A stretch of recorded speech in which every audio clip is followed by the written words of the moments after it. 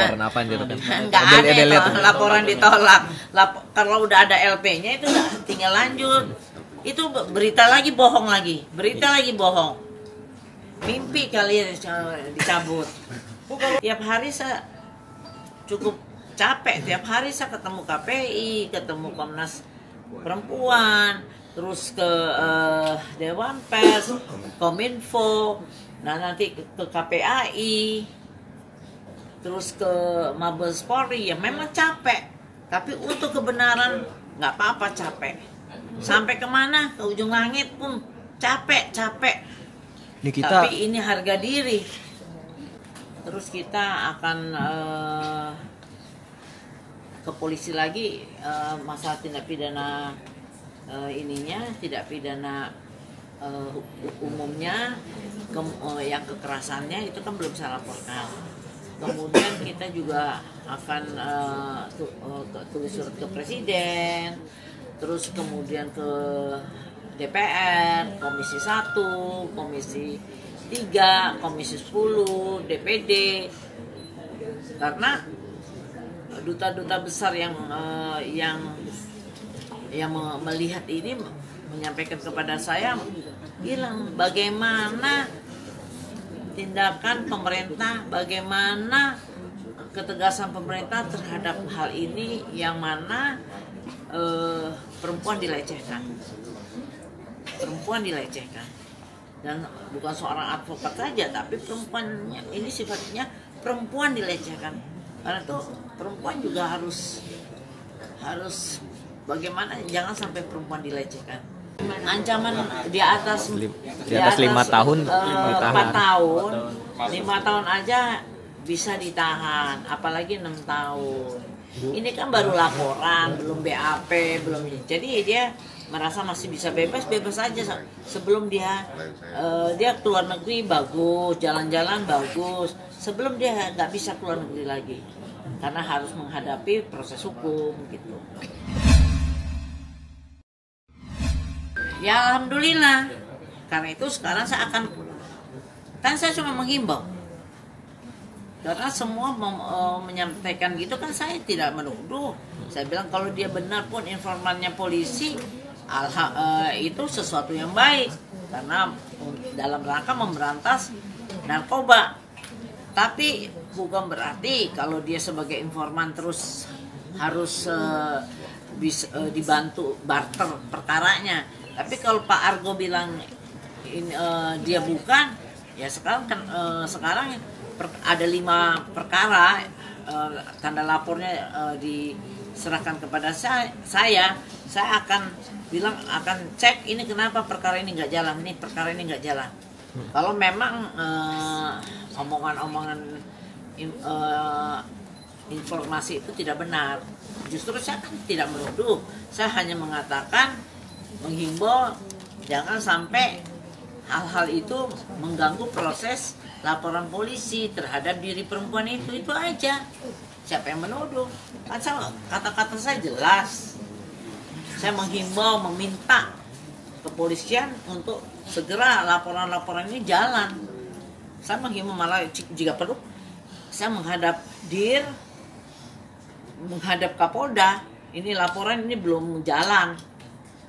Lawyer juga ada beberapa lawyer yang perkaranya belum jalan, yang dihina-hina sama dia. Si Melani, ya wajar lah, nama seorang ibu, padahal kan nggak ada perebutan anak. Nah di situ Melani lupa, dikira saya ngelus-ngelus ini untuk tapi kan kamu ada ucapannya wajar, karena wajar seolah-olah menghajar saya karena perempuan ini seorang ibu yang mempertahankan anak, itu kan keliru. Jadi pantas saya dimaki-maki. Dan saya tidak pernah mengganggu. Dan saya kan kuasa hukum doang. Sampai dibilang, berdebat sampai nimpuk-nimpuk handphone. Pantas nggak nimpuk-nimpuk handphone, bentak-bentak saya. Dan saya nggak bisa ngomong. Terus sampai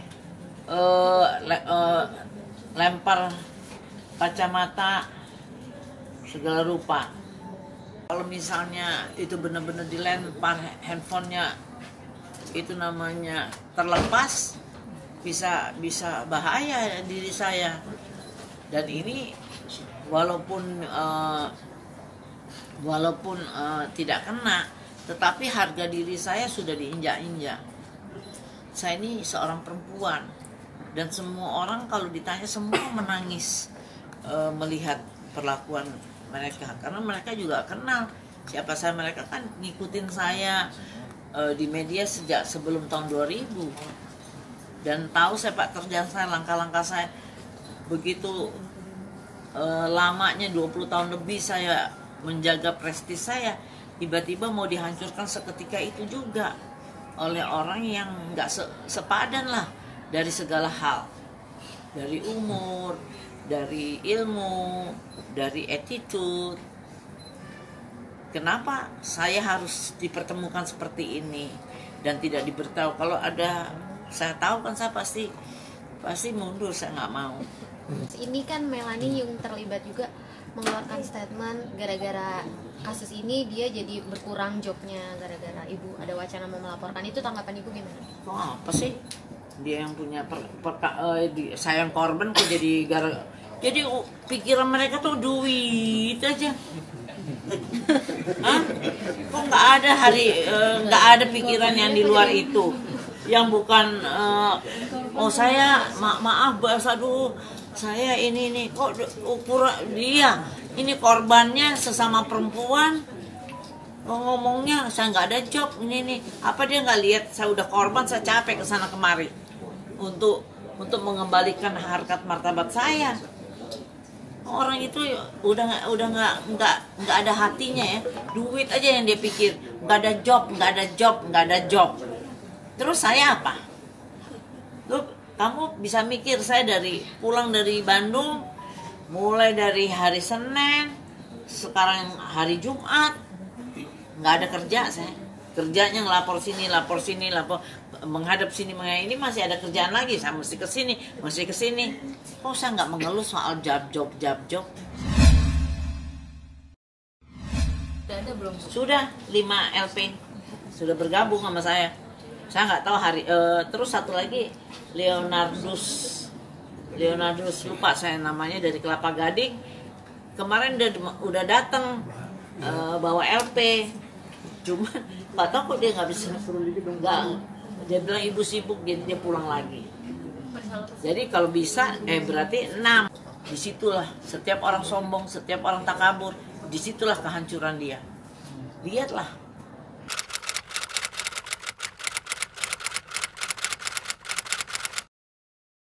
Jadi jangan lupa untuk subscribe Cumi Cumi.